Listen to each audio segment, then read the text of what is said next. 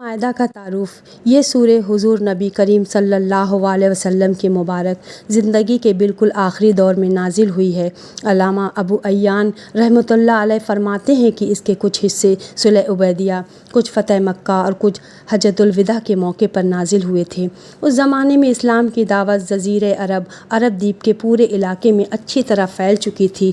اسلام کے دشمن بڑی حد تک شکست کھا چکے تھے اور مدینہ منورہ میں حضور پاک صلی اللہ علیہ وسلم کی قائم کی ہوئی اسلامی حکومت مضبوط ہو چکی تھی۔ لہٰذا اس صورت میں مسلمانوں کے معاشرے، سیاسی اور اقتصادی پریشانیوں کے متعلق بہت سی ہدایت دی گئی تھیں۔ سورت کی شروعات اس بنیادی حکم سے ہوئی ہے کہ مسلمانوں کو اپنے عہد و پیمان، وعدے اور سمجھوتے پورے کرنے چاہیے۔ اس بنیادی حکم کو مختصر شکل میں شریعت کے تمام احکام آ گئے ہیں، چاہے وہ اللہ تعالیٰ کے حقوق سے متعلق ہوں یا بندوں کے حقوق سے متعلق۔ اس کے تحت یہ اصول بڑی تاکید کے ساتھ سمجھایا گیا ہے کہ دشمنوں کے ساتھ بھی ہر معاملہ انصاف کے ساتھ ہونا چاہیے۔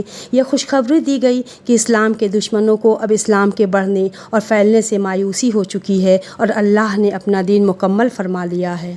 اس صورت میں یہ بھی بتایا گیا ہے کہ کس قسم کی غذائیں حلال اور کس قسم کی حرام۔ اسی سلسلے میں شکار کے احکام بھی تفصیل کے ساتھ بیان ہوئے ہیں۔ اہل کتاب کے ذبیحہ یعنی ذبح کیے ہوئے جانور، عورتوں سے نکاح کے احکام کا بیان آیا ہے۔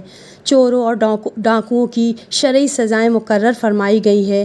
کسی انسان کو ناحق قتل کرنا کتنا بڑا گناہ ہے، اس کی وضاحت کرتے ہوئے حضرت آدم علیہ السلام کے دو بیٹے حابیل اور قابیل کا واقعہ ذکر کیا گیا ہے۔ شراب اور جوئے کو کھلے عام صاف الفاظ میں حرام قرار دیا گیا ہے۔ وضو اور تیمم کا طریقہ بتایا گیا ہے۔